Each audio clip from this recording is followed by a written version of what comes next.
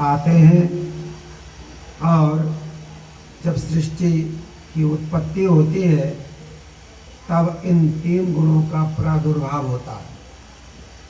और ये 3 गुण, सतोगुण, रजोगुण, तमोगुण, ये सारे सृष्टि में व्याप्त हैं।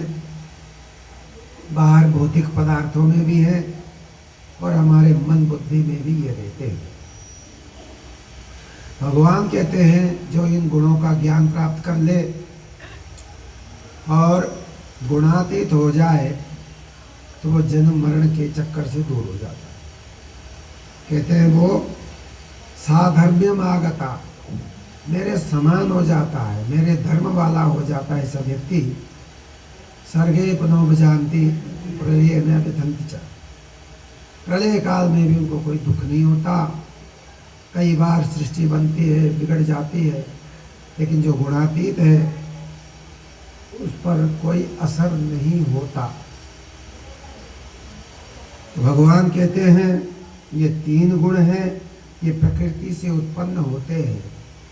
प्रकृति का मतलब मूल प्रकृति, परा प्रकृति, योग माया, इसको अव्यक्त कहते हैं। जिसको भगवान कहते हैं मेरी अपनी प्रकृति है, ये भी अनादि है। उस अनादि से ये 3 गुण उत्पन्न होते हैं, सतोगुण, रजोगुण और तमोगुण। ये सारी सृष्टि का संचालन करते हैं, सृष्टि का विभाजन करते हैं। स्वर्ग, नरक, पृथ्वीलोक, ये सब जितने 14 भुवन हैं, इनका निर्माण होता है गुणों के आधार पर। सबसे पहले भगवान सतोगुण का वर्णन करते हैं। कहते हैं सतोगुण निर्मल होता है, स्वच्छ होता है। इसका जो गुण है, इसका जो परिभाषा है वो है स्वच्छता। और प्रकाशक होता है, जैसे दिन के समय प्रकाश है, हमारा सूर्य उदय हुआ है, ये प्रकाश है। ऐसे ही तो सतोगुण का प्रकाश बाहर भीतर कण कण में सर्वत्र व्याप्त हो जाए, उसका नाम है प्रकाश। तो अपने बुद्धि को भी प्रकाशित कर दिया, मेरे मन बुद्धि को सबको प्रकाश करे, वो है सतोगुण, प्रकाशकम। और भगवान ने कहा वहाँ अंधकार नहीं रहता, वहाँ बीमारी नहीं रहती। अनामय, अनामय मैंने आरोग्यता, आमय कहते हैं रोग को, निरामय का मतलब रोग रहित होना। तो जहाँ प्रकाश है, जहाँ ऊर्जा है, वहाँ नेगेटिव कीटाणु कहाँ से रहेंगे? अंधकार नहीं रह सकता। अंधकार नहीं रह सकता तो इस प्रकार के कीटाणु, दूषित वातावरण, ये नहीं रह सकते, ये भगवान कहते हैं। और कहते हैं इसमें लेकिन दोष है, सतोगुण में भी एक दोष है, इसको भी त्यागना पड़ेगा योग के द्वारा। कहते क्या दोष है? सुख संगेन बदनाति। सतोगुणी जो लोग होते हैं उनके अंदर सुख होता है, शक्तियाँ होती हैं और वह उसी दायरे में रहते हैं। परमात्मा की प्राप्ति के लिए वो तत्पर नहीं होते। उनको इतना सुख मिला हुआ होता है देवताओं को, तो वो चाहते हैं मेरा ये सुख छीना न जाए, उस सुख को बटोर के रखना चाहते हैं। उस सुख में उनकी आसक्ति है, तो सुख रूपी आसक्ति से बंधे हुए वो सतोगुणी लोग भी। ज्ञान संगेन चानघा, ज्ञान रूपी आसक्ति से बंधे हुए। देवताओं के अंदर चमत्कार है, सारी शक्तियां हैं, तो ज्ञान है, चमत्कार है, तो उस चमत्कार के मद में चूर रहते हैं। वो परमात्मा को प्राप्त करने की इच्छा नहीं करते। तो परमात्मा का विलास है, प्रकृति है, ये गुण प्राकृतिक है, लेकिन गुणों का बहुत बड़ा वैभव है, तो व्यक्ति उसमें फंस जाता है। तो ये भगवान ने कहा कि ज्ञान और सुख के चक्कर में रहता है, परमात्मा को प्राप्त वो नहीं कर सकता, उसकी इच्छा नहीं होती। ऐसे ही दूसरे गुण का वर्णन करते हैं, रजोगुण की बात। ये रागात्मक होता है, राग मैंने आसक्ति, लोभ पैदा होता है इससे। और ये कहाँ से आता है राग? तृष्णा संग समुद्भवम, तृष्णा से उत्पन्न होता है। तृष्णा नाम का एक बीमारी है आपके चित्त में, लोभ, तृष्णा, आशा, इसके संग से कहते हैं ये रजोगुण उत्पन्न होता है। और ये रजोगुण प्राणियों को कर्म में लगाता है। कर्म संगेन देहिनम तन्निबधनाति कौन्तेय, हे कुंती पुत्र, ये जो है प्राणियों को कर्म के आसक्ति में बांधता है। तो कर्म केवल और केवल मनुष्य करता है। पृथ्वी लोक में रहने वाले हम लोग हैं, यही कर्म करते हैं। बाकी 14 भुवनों में जितने भी प्राणी हैं कोई कर्म नहीं करता, केवल कर्म भोगते हैं वो सुख दुख के रूप में। जैसे देवताओं की स्थिति है और नारकीय जीवों की भी यही स्थिति है। इसलिए ये जो पृथ्वी लोक है इसको रजोगुण प्रधान कहा गया है। मनुष्य रजोगुण प्रधान है, इसमें किसी धंधे में लगा रहता है। रागात्मकम विद्धि तृष्णा संग समुद्भवन् तम निबधनाति कौन्तेय कर्म संगेन देहिनम, कर्म में आसक्त होता है और कर्म करता है, अपनी इच्छाओं की पूर्ति भी थोड़ा थोड़ा उसको होती रहती है। तीसरा गुण है तमोगुण, थर्ड क्लास का। ये कहते तमोगुण भगवान कहते अज्ञान से उत्पन्न होता है। तमस्तु अज्ञानजम विद्धि मोहनम सर्वदेही नाम, जितने भी प्राणी हैं इनको जो मोह में डाल दे, मैंने कुछ न करने की प्रवृत्ति का नाम मोह है। प्रमादालस्य निद्रा भी तन्निबधनाति भारत, कुछ न करना, पड़े रहना, लड़ाई करना, नींद में पड़े रहना आदि आदि ये तमोगुण के लक्षण है। तो भगवान कहते हैं ये कहाँ से उत्पन्न होता है? तमस्तु अज्ञानजम विद्धि, ये अज्ञान से उत्पन्न होते हैं। और अज्ञान कहाँ रहता है? अज्ञान हमारे मन और बुद्धि में रहता है, जिसको अविद्या कहा है योग दर्शन में। अविद्या, अस्मिता, राग, द्वेष, अभिनिवेश, ये 5 क्लेश हैं हमारे चित्त के अंदर। यही दूर करना होता है योग के द्वारा। भगवान कहते हैं ये तमोगुण है, ये अज्ञान से उत्पन्न होता है। सब प्राणियों को मोह में डाले रहता है, कर्तव्य विमूढ़ होता है, कुछ नहीं करता, कर्तव्य विमुख होता है। ऐसा उसकी बुद्धि मोहित होती है। जैसे शराबी की बुद्धि काम नहीं करती है, ऐसे ही तमोगुण वाले व्यक्ति की बुद्धि काम नहीं करती। तो इससे क्या होता है व्यावहारिक जीवन में? प्रमाद, प्रमाद मैंने लापरवाही, अरे कर लेंगे फिर कर लेंगे, टालता रहता है वो व्यक्ति, आलस्य रहता है, कुछ करने की उसको इच्छा नहीं होती, शरीर में भारीपन होता है, अकर्मण्यता रहती है। और निद्रा में पड़े रहता है, उसको नींद बहुत आती है, कुंभकर्ण की तरह 6 महीने सोता है। आप लोगों में भी कुछ लोग बहुत सोने वाले होते हैं, समय पर सोते नहीं है, नशा करते हैं, वो फिर बे टाइम बहुत सोते हैं। तो निद्रा तमोगुण के लक्षण है। भगवान कहते हैं जो तमोगुण है वो व्यक्ति को निद्रा में बांध देता है। इसी की फिर आगे भगवान व्याख्या करते हैं धीरे धीरे करके। पहले कहा था सतोगुण सुख से बांधता है और रजोगुण कर्म में लगाता है, और तमोगुण वाला व्यक्ति कुछ करता ही नहीं। इसकी फिर आगे व्याख्या भगवान ने की है। तो सतोगुण सुख में लगाता है, रजोगुण कर्म में लगाता है, और जो तमोगुण है वो प्रमाद में लगाता है, आपको लापरवाही में लगाता है, सोने में लगाता है, लड़ने में लगाता है, झगड़ा करते हो, शराब पीते हो, खराब गंदे काम करते हो, ये है तमोगुण। भगवान कहते हैं ये गुण बारी बारी से चलते हैं। वैसे तो हर व्यक्ति में एक गुण प्रधान होता है। कोई व्यक्ति दयालु है तो दयालु है, दयालु उसकी प्रधानता है। लेकिन कभी कभी वो भी क्रूर हो जाता है, कभी कभी वो भी कंजूस हो जाता है। दयालु व्यक्ति भी कभी कभी कंजूस हो जाता है।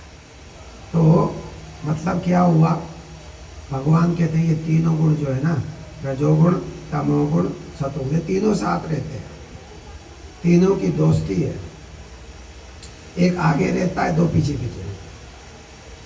जब सतोगुण आगे रहता है तब उसके अंदर ज्ञान आता है, भक्ति आती है, सुख आता है, शक्तियाँ आती है, बहुत सारे पावर आते हैं उसके साथ। ये सतोगुण का है। जब वो किसी प्रकार से ढीला पड़ जाए तो दूसरा तैयार है, उसके पीछे रजोगुण लगा हुआ है। वो कहता है ये कमजोर हो गया, और रजोगुण हावी हो जाता है किस पे, आपके मन और बुद्धि पे। फिर आदमी दुनिया के चक्कर में आ जाता है, ये करो वो 99 के चक्कर में आ जाता है। और रजोगुण का प्रभाव हो गया, कहेंगे ये व्यक्ति तो बड़ा भजनानंदी था, भजन करता था, अब इसने ये सब कुछ छोड़ दिया, अब तो ये 84 के चक्कर में आ गया, रजोगुण में हो गया, अब उसका भजन छूट गया, प्रभाव रजोगुण का हो गया, धंधे में पड़ गया। तो रजोगुण जो है उसको कर्म में लगाए रहेगा, और 99 के चक्कर में लगा रहेगा। अगर उसी में लगा रहेगा उसी में मर जाएगा। और तमोगुण का भी यही, तमोगुण वाला तो कुछ करता ही नहीं। तो भगवान कहते हैं ये एक दूसरे के पीछे लगे हुए, एक दूसरे को दबाने में लगे हुए। रजोगुण आगे होता है तो दोनों को पीछे दबा देता है, सतोगुण आगे होता है दोनों को पीछे दबा देता है, तमोगुण जब आगे हो जाता है दोनों को पीछे दबा के रखता है। रहते ये तीनों साथ में हैं, ये तीनों गुण साथ में रहते हैं, लेकिन जिसकी जैसी बारी आ जाए वो आगे हेड हो जाता है। भगवान कहते हैं जब सतोगुण बढ़ जाता है व्यक्ति के अंदर तो उसके रोम रोम से प्रकाश उत्पन्न होता है, उसके श्वास श्वास में प्रकाश होता है, रोम रोम में प्रकाश होता है। सर्वद्वारेषु देहेऽस्मिन् प्रकाशो जायते, उसके रोम रोम में, श्वास प्रश्वास से, उनके हाथों से, मैंने ज्ञान इंद्रियों से, कर्म इंद्रियों से प्रकाश ही उत्पन्न होता है।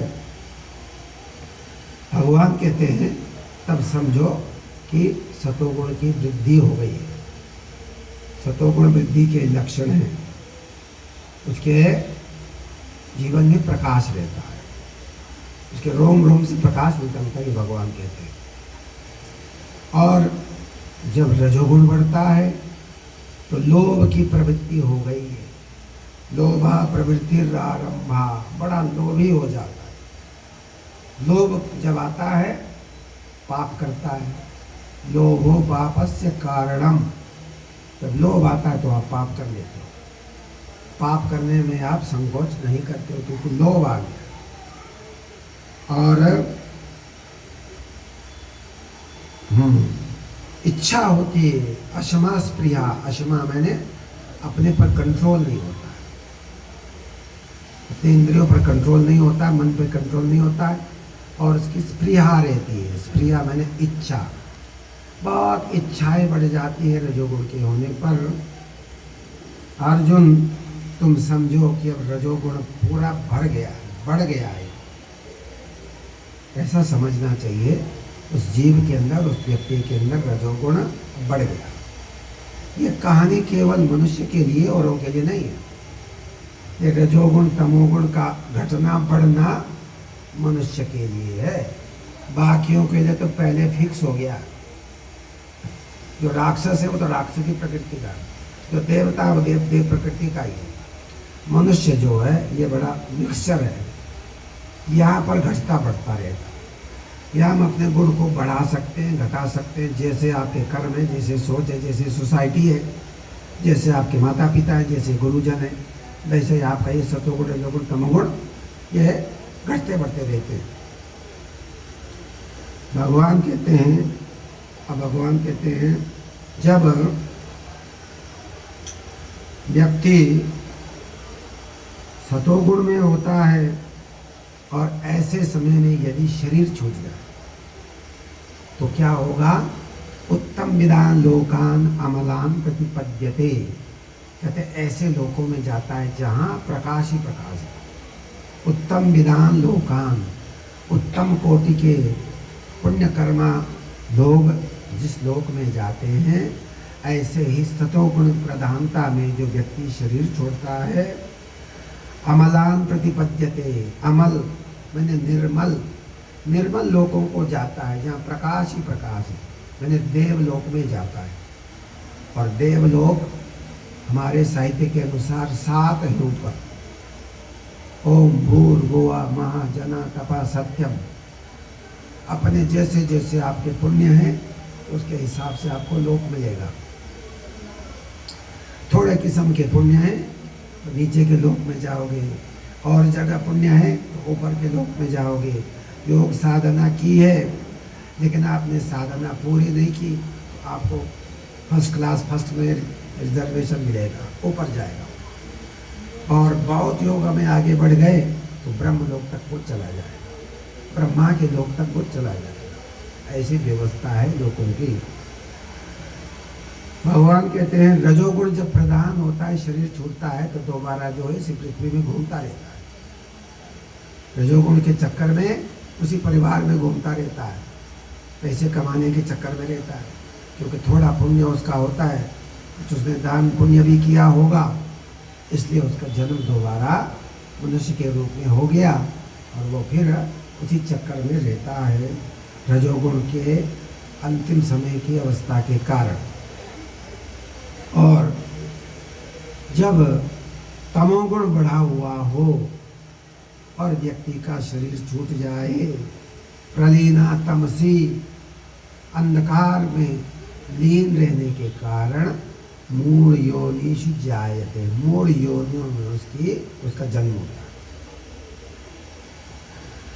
पतंजलि जी ने, व्यास जी ने अपने भाष्य में प्राणियों के चेतना की अवस्था का वर्णन किया। यहाँ मूढ़ शब्द आया इसलिए मुझे ध्यान आ गया। व्यास भाष्य में व्यास जी ने कहा है, व्यास देव जी ने, देखो जितने भी प्राणी दुनिया में हैं, चाहे स्वर्ग के हैं, नरक के हैं, पृथ्वी लोक के हैं, कहीं के भी हैं, इनके चेतना का स्तर जो है ये बांट दिया गया है। उसके ज्ञान, चेतना, होश आदि के द्वारा उसकी चेतना के स्तर के अनुसार उनकी डिग्री कह दी गई है। यह भगवान ने कहा मूढ़ योनिषु जायते। तमोगुण प्रधान व्यक्ति शरीर जब छोड़ता है तो मूढ़ योनि में जाएगा। मूढ़ योनि का बड़ा विस्तार है।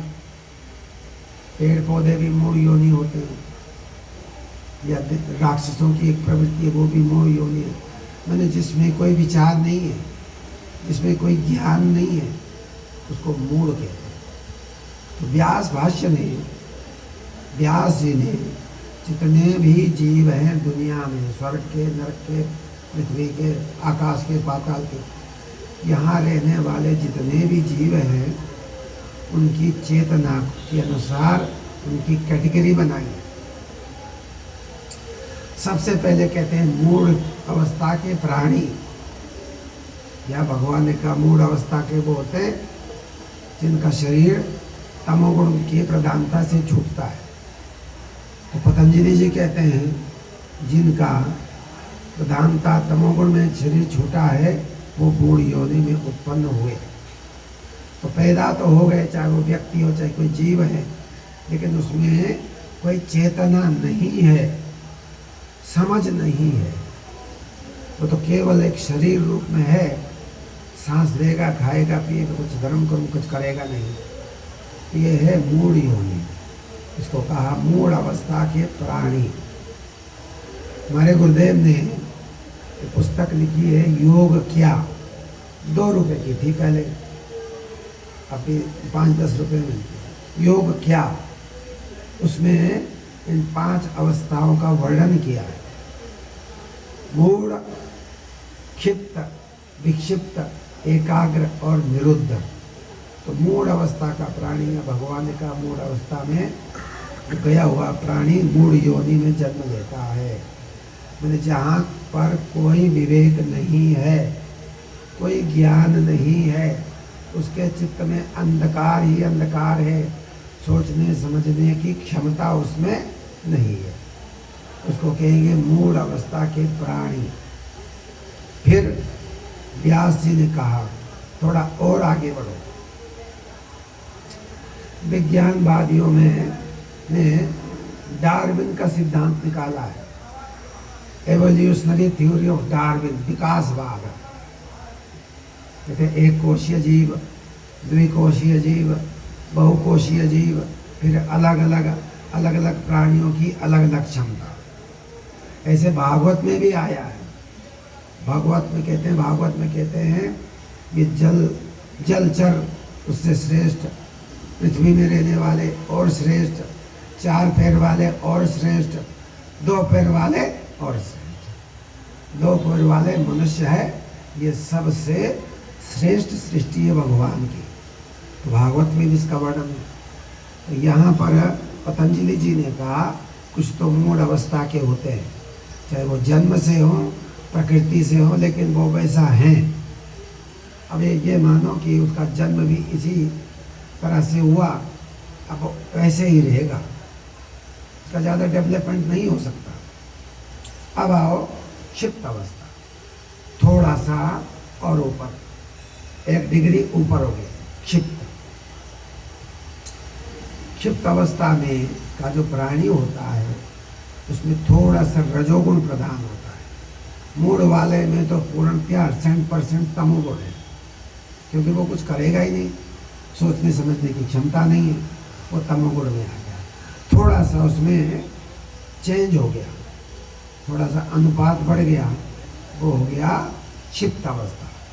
क्षिप्त अवस्था वाला व्यक्ति रजोगुणी होता है, रजोगुण प्रधान होता है उसमें, इसलिए वो कर्म में प्रवृत्त होता है।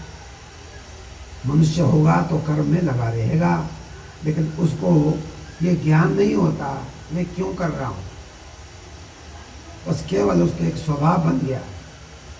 दान पुण्य नहीं करता, परोपकार नहीं करता, भगवान का नाम भी स्वार्थ से लेता है, मेरा बिजनेस हो जाए इसलिए भगवान को धोख लगा देता है, 1.25 मन चढ़ाऊंगा मेरा बिजनेस ठीक चले। तो ये हो गया क्षिप्त अवस्था के प्राणी, रजोगुण प्रधान है इसमें। बाकी और वो आत्म कल्याण के लिए या भगवान की भक्ति की ओर जाने के लिए उसकी कोई प्रवृत्ति नहीं होती, उसमें चेतना थोड़ा नीचे वाले से थोड़ा ज़्यादा सोच समझदारी है। तीसरे प्रकार की व्यास जी ने कहा विक्षिप्त अवस्था के प्राणी। विक्षिप्त अवस्था का मतलब क्षिप्त से थोड़ा सा सुपरलेटिव। तो मनुष्य जितने भी होते हैं हम लोग क्षिप्त अवस्था में आते हैं। मैंने पाप भी कुछ करते हो, पुण्य भी करते हो, धर्म भी करते हो, अधर्म भी करते हो, बीच में हम लोग चौराहे पे रहे। कहाँ पर है? चौराहे पर। धर्म करते हो, अधर्म करते हो, दोनों मिक्स करते हो, दान भी करते हो, बेईमान भी करते हो, दोनों का। ये हो गया विक्षिप्त, तीसरी श्रेणी के प्राणी। समझदारी तो बहुत है, लेकिन गलत दिशा में समझदारी है, ये विक्षिप्त अवस्था की प्राणी। यहाँ तक तो 3 अवस्थाएं हो गई। अब इसके बाद योग शुरू होगा, योग का पाठ शुरू हो गया। फिर पतंजलि जी कहते हैं, व्यास जी कहते हैं, फिर व्यक्ति विक्षिप्त तक पहुँच गया, को मनुष्य का जीवन मिल गया, सोसाइटी मिल गई, अच्छी सोसाइटी में आएगा आगे बढ़ जाएगा, खराब सोसाइटी में रहेगा वहाँ रहेगा या नीचे भी जा सकता है। तो सोसाइटी पर निर्भर है, सत्संगत पर निर्भर है। सत्संगति किम न करोति पुंसाम, संस्कृत में कहा गया है कि सत्संगत से क्या नहीं हो सकता। सत्संग से हम अगर सत्संग करेंगे, अच्छे लोगों का संग करेंगे तो मुक्ति तक जा सकते हैं। बुरे लोगों का संग करेंगे तो हम पतन की ओर जाएंगे। मनुष्य एक ही है, वो चौराहे पर खड़ा है। अच्छे लोगों की संगत मिल गई, कल्याण की ओर चला गया। बुरे लोगों की संगत मिल गई, अवनति की ओर चला गया। तो ये है विक्षिप्त अवस्था के प्राणी। अब यहाँ पर निर्धारण होगा कि उसको कैसी संगति मिलती है। अगर किसी प्रकार से पुण्य थोड़ा ज़्यादा है, उसको फिर किसी गुरु के बारे में सुनने को मिला, उसको इच्छा होती है योगियों का चरित्र पढ़ूं। योगी बड़े चमत्कारी होते हैं, शक्तिशाली होते हैं। हमारे ऋषि मुनि बड़े शक्तिशाली थे। वशिष्ठ है, भरद्वाज है, विश्वामित्र है, गौतम है, कणाद है। उनका चरित्र जब हम पढ़ते हैं, जब बड़े ये दिव्यात्माएं थी, अपने संकल्प से सब कुछ कर लेते थे। तो व्यक्ति की इच्छा होती है योगियों के चरित्र पढ़ने चाहिए। आपने प्रभु जी के बारे में सुना, आपकी इच्छा होती है का जीवन तो पढ़ना चाहिए, जीवन चरित्र, तो आप पढ़ने में लग जाते हैं। तो ऐसी अवस्था में धीरे धीरे व्यक्ति योग की तरफ आता है। उसकी इच्छा होती है मैं भी योगी बनूं। सुनते हैं कि योग से बड़े पावर मिलती है, बड़े शक्तियां मिलती हैं और शांति मिलती है और भगवान की प्राप्ति भी होती है। ऐसा व्यक्ति फिर योग में संस्कारवश किसी सदगुरु के संपर्क में आता है, किसी सत्संग में आता है, तो गुरु का सानिध्य मिल गया, परिचय मिल गया, तो वो गुरु के शरण में अब आ गया। अब गुरु के शरण में आ गया, गुरुदेव से कहे मैं आपका शरणापन्न हूँ, मुझे रास्ता भी दिखाइए, जन्म मरण के इस भंवर से मुझे पार निकालिए। सच्चे हृदय से जब शिष्य जाता है निष्काम भाव होकर के, तो गुरु उसकी भावना को समझते हैं। गुरु ने रास्ता बता दिया, मंत्र बता दिया, 2 घंटा 3 घंटे अभ्यास करो। अगर शिष्य अभ्यास करता है तो आगे बढ़ेगा। अगर केवल मंत्र तो ले लिया लेकिन हम अभ्यास नहीं करेंगे, जप नहीं करेंगे, गुरु की आज्ञा का पालन नहीं करेंगे, तो ज़्यादा लाभ होने वाला नहीं है। तो इसलिए ऐसे समय पर फिर सब चीज़ें काउंट करती है। काउंट के माने उसका प्रभाव होता है गुरु की कृपा। आपने गुरु तो बना लिया, कितनी बार गुरु के स्थान पर जाते हो आप, पता चला गुरु को धारण कर लिया, 10 साल कहने गुरु के यहाँ, बस कहने को कह लिया, हाँ गुरु बना लिया। यमराज पूछेगा कोई गुरु भी है, हाँ कह दूंगा मेरा गुरु है। लेकिन गुरु ने क्या दिया, क्या कहा, क्या तुमने गुरु से संपर्क बनाए रखा? नहीं। साहब कितने साल हो गए? अरे साहब 15 साल पहले दीक्षा ली थी, मैं कभी आश्रम गया नहीं। कई लोगों को पता भी नहीं होता गुरु जी है कि नहीं, जगत में गुरु जी हैं कि नहीं। 30 साल बाद आए, पता चला गुरु जी तो चले गए। ऐसे ऐसे भी चले। अब ऐसे शिष्य बनने से फायदा क्या होगा जब आपका कोई गुरु से संपर्क ही नहीं है? केवल एक कहने मात्र को गुरु तो बना।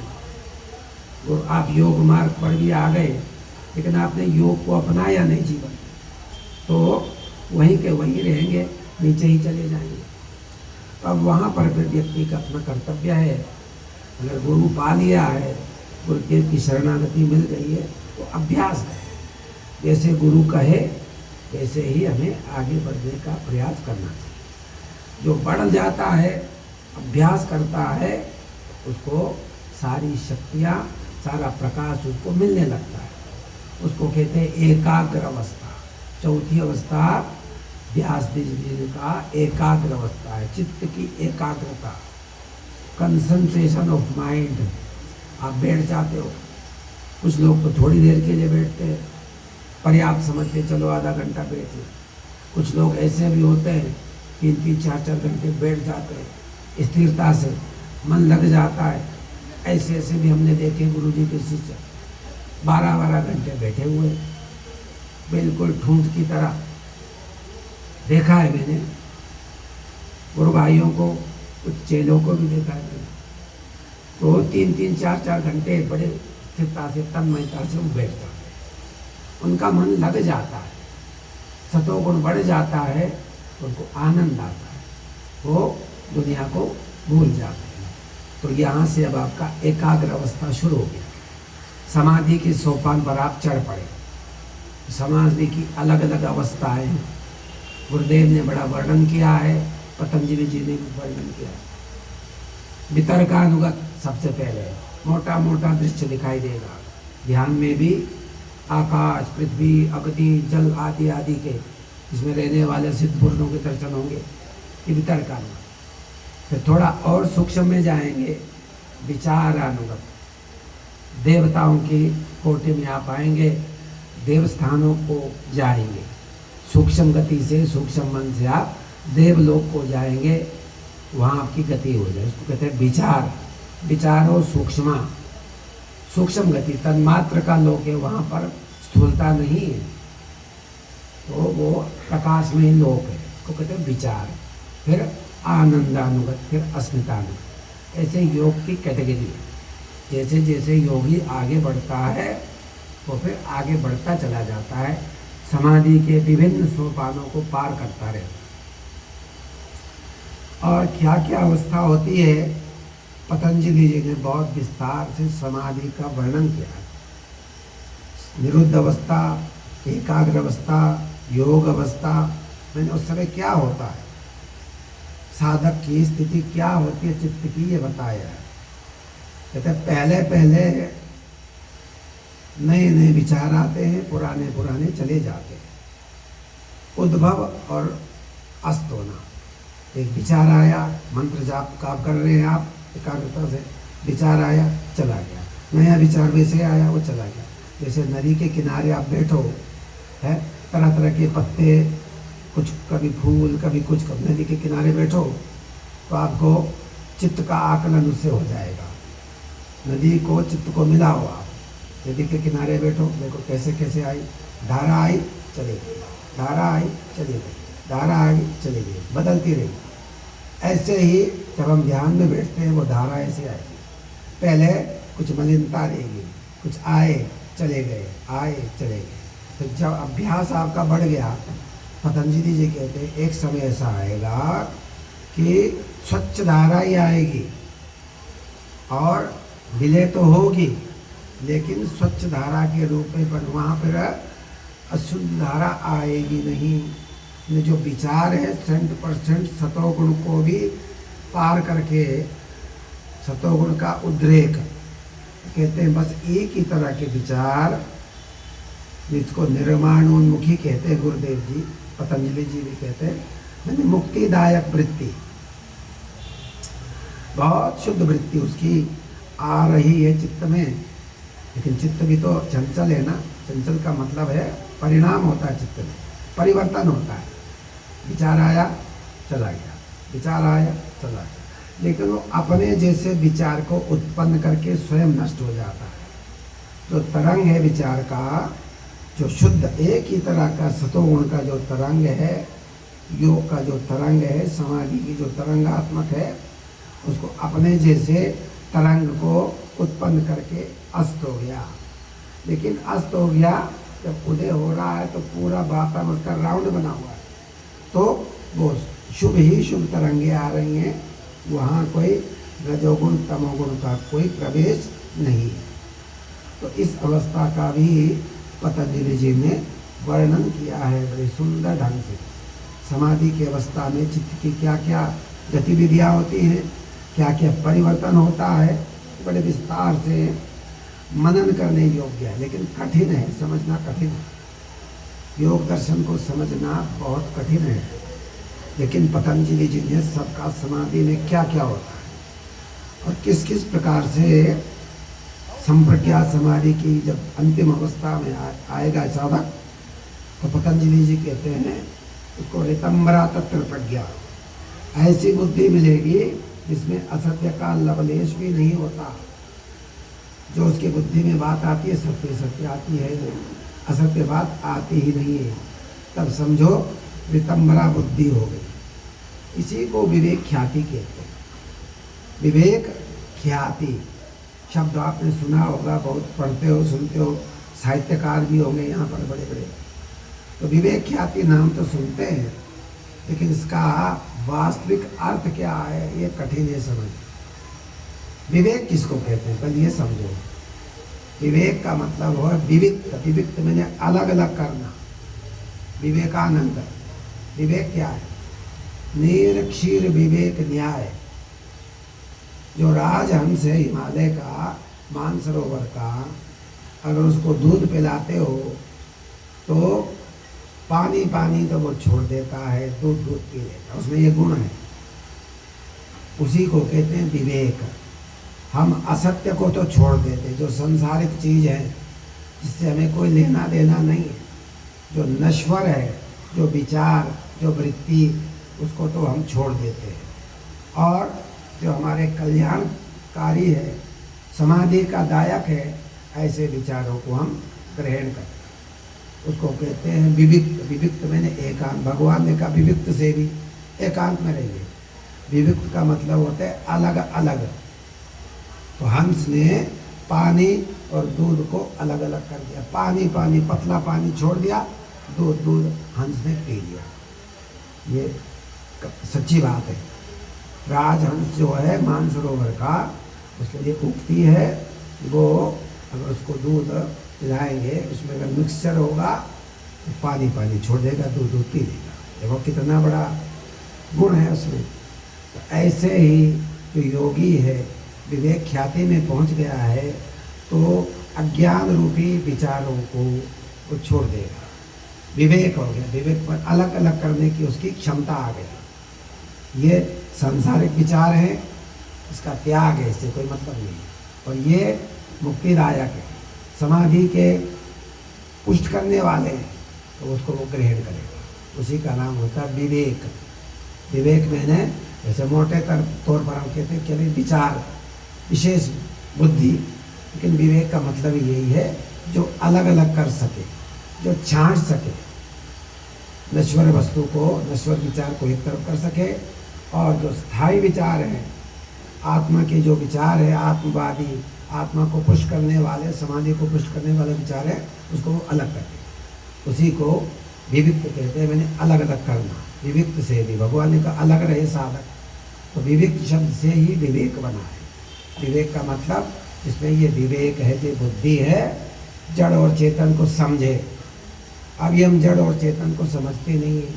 हमारे शरीर में जड़ भी है, चेतन भी है, ऐसा मिश्रण बना हुआ है, हम समझ ही नहीं पा रहे हैं। हम बुद्धि के भरोसे चल रहे हैं, भगवान के भरोसे चल रहे हैं, किसके भरोसे चल रहे हैं पता ही नहीं। कभी तो कहते हैं भगवान के भरोसे चल रहे हैं, कभी कहते हैं अपनी सोच से चल रहे हैं, अपने दिमाग से चल रहे हैं।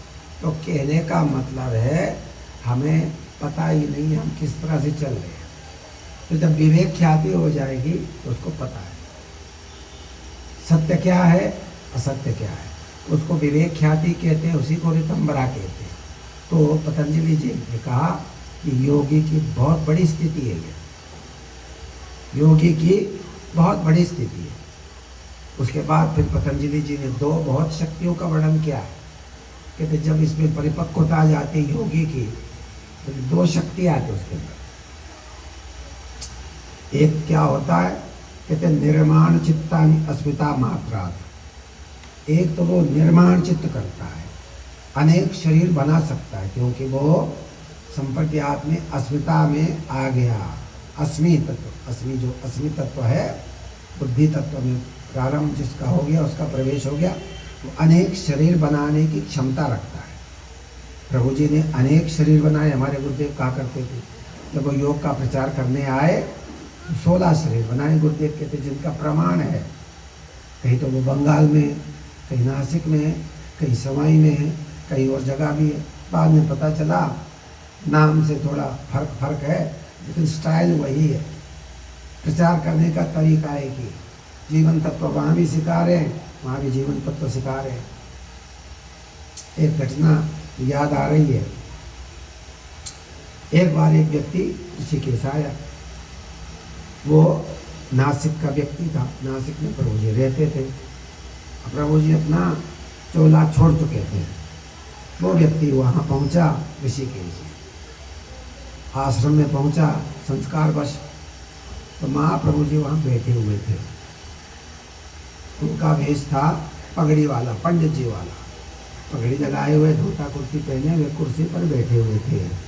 वो व्यक्ति आया, भाई योग साधन आश्रम ऋषिकेश लिखा हुआ है, योग आश्रम है। अंदर घुसा, देखा एक पंडित जी बैठे हुए, जब अंदर देखा एक फोटो है, चित्र है जो प्रभु जी का है। जैसे ये चित्र हम देख रहे हैं यहाँ पर, कोपीनधारी, बनखंडी कहते हैं इनको, निर्वस्त्र, केवल कोपीन है। ऐसे ही ये स्वरूप वहां पर उस व्यक्ति ने देखा, प्रणाम किया, दंडवत प्रणाम किया। देखा ये तो मेरे गुरु जी का ही चित्र है। प्रभु जी ने कहा, कैसे प्रणाम किया? कहने ये मेरे गुरु जी है। प्रभु जी ने कहा ये तो मेरा ही चित्र है भाई, ये मेरा चित्र है। शिष्यों ने कहा ये गुरु जी का ही चित्र है। इस समय तो गुरु जी धोती कुर्ता में, पगड़ी पहने, और वो चित्र जो है जटाधारी रूप में, कोपीन पहने, बाकी कुछ वस्त्र नहीं। उस व्यक्ति ने कहा, आप अपने को उनका शरीर बता रहे हो? ए पंडित जी, क्यों फालतू बात कर रहे हो? ये तो बहुत बड़े योगी हुए हैं। उसने कहा, जानते हो आप इनको? कि हाँ हाँ मेरे गुरु जी है। कि क्या क्या कराते थे? मेरे गुरु जी तो साधन कराते थे, जीवन तत्व जैसी क्रियाएं बताई, और ध्यान लगवाते थे, लोगों का ध्यान लग जाता था, और बड़े चमत्कारी पुरुष थे वो। तो कई जगह प्रकट हो जाते थे एक ही समय में, ऐसे ऐसे दिव्य शक्तियाँ थी उनकी। तो प्रभु जी ने कहा, भाई देखो है तो मेरा ही, अब तुम एक काम करो, वो फोटो ले आना, यहाँ पर मिलान करना। और फिर गुरु जी ने कहा, प्रभु जी ने कहा, अच्छा तुम्हारे गुरु ने क्या बताया? गुरु जी ने ध्यान लगाना सिखाया मुझे। ध्यान लगाओ, बैठो, देखो ये स्वरूप किसका है, ये देखो। ध्यान लगाया, ध्यान लगता था उसका। तो आकाशवाणी हुई, उसको विचार ये आया, मन में आया, आकाशवाणी हम कहते हैं उसको, मैंने समाधि में आया, प्रेरणा आई, यही है, अब मिले हैं फिर नहीं मिलेंगे। आकाशवाणी ने ये कहा, यही हैं, अब मिले हैं फिर नहीं मिलेंगे। उठा, गुरुजी ने पूछा, प्रभु जी ने क्या देखा तुमने ध्यान में? कि ध्यान में मेरा ये आया कि यही है, अब मिले हैं फिर नहीं मिलेंगे।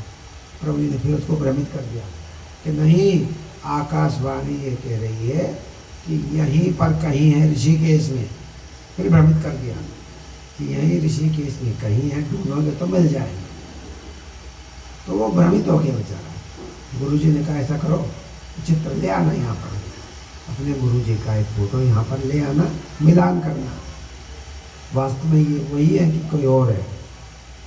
तो व्यक्ति ने कहा, ठीक है गुरुजी, मैं लाऊंगा। चला गया, चित्र लेके आया। प्रभु जी अपना लीला लोप कर चुके थे। वहाँ आए, प्रभु जी का, प्रभु जी तो है नहीं। मैंने कहा, मुझे तो प्रभु जी ने कहा था चित्र लाओ, मिलान करेंगे। वो जो व्यक्ति था वहाँ पर, उन्होंने कहा, प्रभु जी तो अमृतसर रहते थे, वही उनका उन्होंने लीला स्मरण कर लिया। उस व्यक्ति को तब पता चला, तो पछताया बहुत, मैं तो भ्रम में था, मैं समझ रहा था ये पंडित जी वैसे बोल रहे हैं। तो लोगों ने कहा, नहीं वही है, और जो है इस प्रकार से वही स्वरूप था, उनको मिलान किया। तो कहने का मतलब है, गुरुदेव का कहना है कि वो उसी समय में नासिक में भी थे, उसी समय में ऋषिकेश भी थे, उसी समय में कहीं बंगाल में भी थे, यानी कई कई जगह पर उन्होंने योग का प्रचार किया, अलग अलग शरीर धारण करके। नाम भले अलग हो, लेकिन उनका जो स्टाइल था वो एक ही था। बाद में पता चलता है कि वही है, नाम भले चेंज कर दिया हो। तो यहाँ पर पतंजलि जी ने कहा कि भाई देखो, जब उस स्थिति में योगी अनेक शरीर धारण करता है, निर्माण चित्त करता है, शरीर बना सकता है। गुरु गोरखनाथ के चरित्र में भी ऐसी बातें आती है। मत्स्येंद्रनाथ, गुरु गोरखनाथ भी ऐसे शरीर बनाते थे, कई शरीर बना लेते थे। वहाँ भी एक घटना है, गुरु गोरखनाथ को पता चला मेरे गुरु मत्स्येंद्रनाथ कहीं सिंगल द्वीप में फंस गए, वहाँ कोई राजा नहीं था, वहाँ स्त्रियाँ रहती थी। उन्होंने मत्स्येंद्र नाथ को ले गए, राजा बना दिया और रानियाँ हो गई उनकी। तो गोरखनाथ को पता चला कि गुरु तो तुम्हारे कहीं सिंगल रूप में फंस गए। गोरखनाथ का मैं गुरु को जरूर खींच लाऊंगा। गोरखनाथ सिंगल रूप में गए, नगर के बाहर बैठ गए। तबला बनाना, बहुत बढ़िया तबला बजाते थे। तो कोई संगीत का कार्यक्रम था, लोगों ने कहा एक तबला बजाने वाला चाहिए बढ़िया। उन्होंने कहा मैं जानता हूँ तबला बजाना। तो दरबार में ले गए। गुरुजी भी वहीं थे, मत्स्येंद्र नाथ। रानियाँ भी, तो आज भी कोई नहीं था वहाँ, बस वही थे योगी जी, वही राजा थे। अब इनको पता है कि गुरुजी को मैंने छुड़ाना है, तो उन्हें वहाँ पर तबला बजाया। गोरखनाथ जी ने तबला बजाया और तबले से ये आवाज़ निकाली, जाग मच्छिंदर गोरख आया, जाग मच्छिंदर गोरख आया। आवाज़ निकाली तबले ने कि है ना, मच्छिंद्र नाथ जग जाओ, संभल जाओ, तेरा चेला गोरखनाथ तुम्हें लेने के लिए आया। तो अंत तो गत्वा वो गुरु को ले जाने में कामयाब हुए। गुरु को ले आए, वहाँ से छुड़ा करके गुरु को ले आए, अपने आश्रम में आ गए, नेपाल में जहाँ कहीं भी रहते हुए। तो रास्ते में जा रहे थे तो कुछ सोने की ईंटें ले आए थे गुरु जी। मत्स्येंद्र नाथ कुछ सोने की 4-6 ईंट ले आए अपने साथ कि चलो आश्रम में जाएंगे, भंडारा करेंगे। आगे चल करके गुरु गोरखनाथ उन ईंटों को फेंक देते नदी में। जो 2-4 ईंट थे, सोने की ईंटें थी, वो फेंक देते। थोड़ी देर में गुरु जी ने कहा, गोरखनाथ वो ईंटें कहाँ हैं, सोने की ईंट कहाँ है? कि गुरु जी वो तो मैंने फेंक दिया। अरे तुमने बहुत गलत किया। गुरु जी बड़े दुखी हुए। गोरखनाथ जी कहा, गुरु जी आप क्यों चिंता करते हैं? अरे देखो, गुरु जी ने कहते हैं पहाड़ पर लघुशंका कर दी, सारा पहाड़ का पहाड़ सोने का हो गया। कि गुरु जी देखो सोने का पहाड़ हो गया है, जितना चाहे उतना हम ले लें। गुरु जी ने कहा छोड़ो। पहुँचे अपने आश्रम में। आश्रम में पहुँचे तो उसको बड़ी खुशी थी कि हम गुरु जी को ले आए हैं, चेले बड़े प्रसन्न होंगे। पहुँचा आश्रम के पास में, साथ में गुरु जी भी थे। उनका चेले बड़े उत्सुक होंगे कि गुरु जी को लाए, गुरु जी के लाए। कहने लगे हम तो गुरु जी को ले आए हैं, तो बड़े खुश नहीं हो रहे तुम सब लोग। कहने लगे बेवकूफ़ है तुम, गुरु जी कहाँ गए? गुरु जी तो बैठे हैं, समाधि में बैठे हैं। गुरु जी तो समाधि में बैठे हैं। वो दूसरे गुरु जी भी आए, थोड़ी देर में दोनों एक हो गए। तो जो माया के गुरु थे वो अदृश्य हो गए। तो गुरु ने गोरखनाथ को ये माया दिखाने के लिए ऐसा ही रचा। कहने का मतलब मत्स्येंद्र नाथ वहीं पर थे, आश्रम में थे, सारे शिष्यों ने देखा। तो ऐसा योगी लोग शरीर बनाते भी हैं। एक गुरुदेव की कहानी मुझे याद आती, प्रभु जी की। तो गुरुदेव सुनाया करते थे हम लोगों को। एक अमृतसर में यशवंत नाम का एक धूप वाला था, धूप की दुकान थी उसकी, धूप होता ना, अगरबत्ती वगैरह। तो बेचारा गरीब सा ही था, ज़्यादा पैसे वाला नहीं था। गुरु जी से कहता, महाराज जी आप तो बड़े बड़ों के घर में जाते हो, किसी दिन मेरे घर में भी आ जाओ। गुरु जी के कभी देखेंगे, कभी देखेंगे। बार बार कहता। एक दिन प्रभु जी की इच्छा हो गई कि चलो आज उसके घर चलते हैं, तो चमत्कार दिखाते हैं। फिर रोज रोज कहता है, मैं कहता हूँ भाई हम तो तुम्हारे घर में है ही है, हमारा स्वरूप है वही बहुत है। तो कहते चलो गुरु जी। एक दिन प्रभु जी ने कहा चलो यशवंत आज तुम्हारे घर चलते हैं। चेलों से कहा मेरे साथ किसी को नहीं चलना है, बस मैं अकेला ठीक। दोनों गुरु चेला गए, तांगे बुलाया गया, तांगे में बैठे दोनों। पहले उसने तैयारी कर दी थी यशवंत ने, गुरु जी के बैठने की आदि व्यवस्था आसन उसन लगा दिया। फिर ताला बंद करके आ गया। जब मैं गुरु जी को ले आऊँगा ताला खोलूँगा, नहीं तो पता चला कोई और घुस जाए। तो दोनों गए। जब मकान के पास पहुँचे तो प्रभु जी ने कहा, यशवंत ऐसा करो, जब तक आसन वासन लगाओ, ताला वाला खोलो, मैं अपनी तखत यहाँ पर बैठा हूँ, तांगे में ही बैठा हूँ। गया वो, ताला खोला, अंदर प्रभु जी बैठे हुए, अंदर प्रभु जी बैठे हुए आसन पे। प्रभु जी ने कहा, अरे जसवंत रोज कहता था कि आओ आओ आओ, मैं तो बहुत देर से यहाँ बैठा हूँ, तुम कहाँ चले गए थे? अब जो बाहर वाला प्रभु जी है, तांगे वाला, भैया जसवंत क्या बात हो गई? तो मुझे ले चलो भाई। रोज कहते थे, चलो चलो गुरु जी, अब मैं आ गया हूँ, मुझे बिठाओगे नहीं? चक्कर में पड़ गया बेचारा। एक प्रभु जी अंदर है, एक प्रभु जी तांगे में है। वो कह रहा है वो प्रभु जी ढोंगी है, किस ढोंगी को तुमने बिठा दिया? ये अंदर वाला कहता, किस ढोंगी को तुम तांगे में बिठा के लाए? अब वो चक्कर में पड़ गया, कौन सही है कौन गलत है। फिर प्रभु जी उतर के आए, तांगे वाले प्रभु जी आए, इधर से ये बैठे रहे, ऐसे कोई माया हुई, आँख चपकते ही दोनों एक हो गए, पता ही नहीं चला। तो कहने का मतलब है, योग में ऐसे योगी लोग कर लेते हैं, अनेक शरीर बनाते हैं। पतंजलि जी ने कहा, जब योगी अच्छी अवस्था में होता है तो वो अनेक शरीर बना सकता है और उसको रिकम्बरा बुद्धि होती है। तो पतंजलि जी ने कहा कि एकाग्र अवस्था योगी जब इसमें आता है तो वो देवताओं से आगे होता है, चमत्कार करने की क्षमता होती है, उसके मन में इतनी शक्ति आती है, वह एकाग्र अवस्था। उसके भिन्न भिन्न सोपानों का वर्णन किया पतंजलि जी ने, और अंत में जो है तो कहते हैं निरुद्ध अवस्था, निर्बीज समाधि। इस समाधि में जाने के बाद फिर दोबारा जन्म नहीं होगा, वो अपने स्वरूप को प्राप्त होता है, अपने निज स्वरूप में आ जाता है। वो प्रकृति का कोई बंधन उसके ऊपर नहीं होता, बुद्धि का दायरा पीछे रह जाता है, उसको कहते हैं निर्वाण, निर्वाण पद। उसको पतंजलि कहते हैं कैवल्य। क्या कहते हैं? कैवल्य। ये सबसे ऊंचा वो है, इसके बाद कोई ज्ञान नहीं है, कोई शक्ति नहीं है, इससे आगे कोई तत्व नहीं है।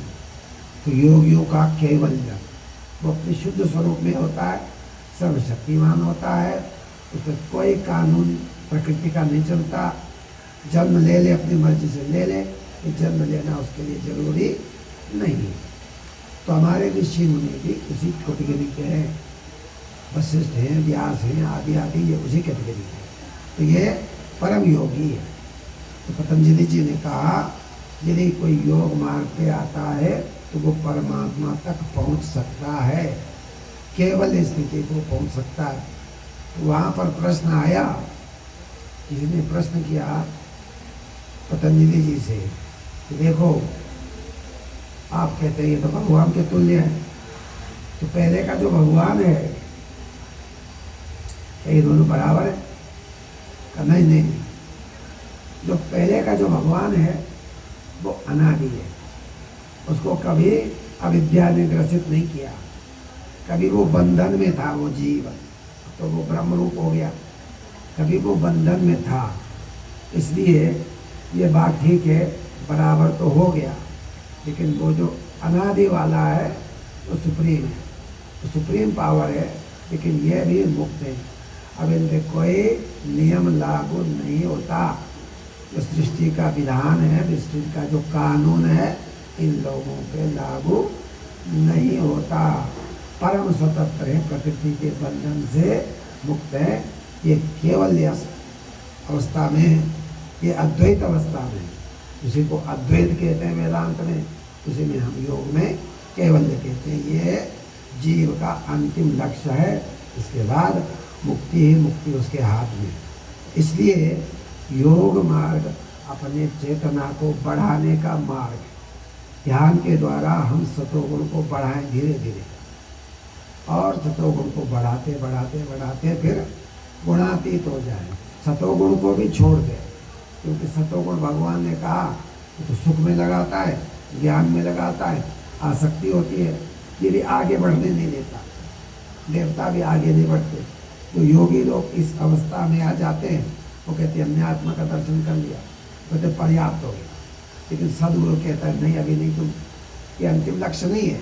वो पकड़ के ले जाते हैं आगे, कहते मुक्ति का द्वार तो आगे है, ये तो अभी स्वर्ग के झमेले हैं, स्वर्ग का चमत्कार है, स्वर्ग का चकाचौंध है। तो सदगुरु ही हमें वहाँ से ले जाते हैं।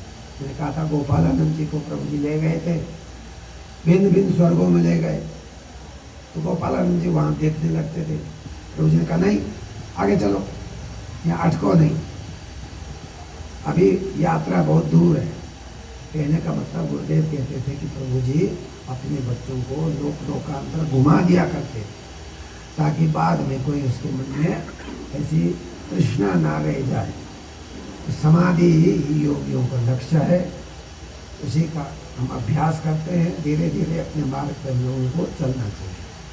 तो पतंजलि जी ने कहा मूढ़ अवस्था सबसे नीचे का, उसमें चेतना न के बराबर है।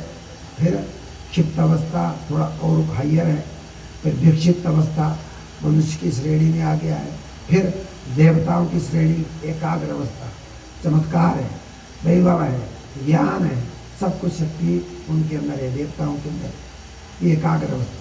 फिर कहते हैं अंतिम में निर्बीज समाधि निरोध अवस्था, जहाँ मुक्ति ही मुक्ति है, उसका कोई बंधन है ही नहीं, परम स्वतंत्र न सिर पर कोई उसके ऊपर नहीं है।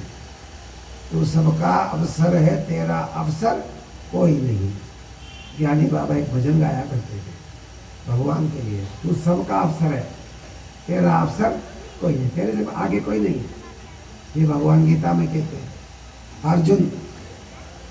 अर्जुन कहता है, जब विराट रूप देखा, कहते देखो भगवान न तत्समा अस्ति अभ्यधिका कुतो अन्यो, कहता मैं देख रहा हूँ तीनों लोकों में तुम्हारी बराबरी का कोई नहीं है।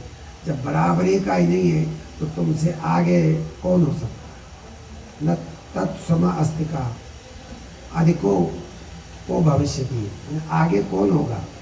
आपके बराबरी का त्रिलोकी में कोई नहीं है, आपके आगे किसी के होने का कोई मतलब ही नहीं है। तो ये योगियों की बात है, परम योगी भगवान कृष्ण है। आजकल तो ऐसे लोग कहते हैं भगवान ने गीता कही नहीं और तो हमारे बाबा ने कही है, मुरली बजाते। चलो खैर किसी की निंदा नहीं करनी चाहिए। वो कहते हैं भगवान है ही नहीं है। आप कहते हैं श्री भगवान बात, तो भगवान नहीं है, भगवान तो हमारे गुरु ने कही है। ऐसे ऐसे भ्रम फैलाते हैं। मेरे कहने का मतलब है दुनिया में भ्रम बहुत फैल रहा है। सनातन से जुड़े रहो, एक रहोगे नेक रहोगे। योगी जी कहते हैं, मोदी जी कहते हैं, अपने सनातन को मत छोड़ो। ऐसा मार्ग नहीं है। शांति का मार्ग है, मुक्ति का मार्ग है, भगवानों की सहायता मिलती है। ईश्वर निराकार को तो हमने देखा ही नहीं, उसको कैसे मदद लेंगे। वो मदद नहीं करेगा आपका। जो साकार रूप है ये मदद करेंगे। गुरु साकार रूप में है, कृष्ण साकार में है, गणेश साकार में है, हनुमान साकार में। इन्होंने निराकार से साकार रूप धारण किया हुआ है ताकि आप इनके चिंतन से योग में आगे बढ़ पाओ, अपने अविद्या का नाश कर पाओ, मुक्ति को पा सको। इसलिए भगवान ने भी गीता में कहा साकार की उपासना सरल है अर्जुन। हमारे गुरुदेव ने कहा साकार की उपासना। गुरुदेव कहते हैं पहले भाई ध्यान करो, गणेश का करो, शिव का करो, किसी का भी करो।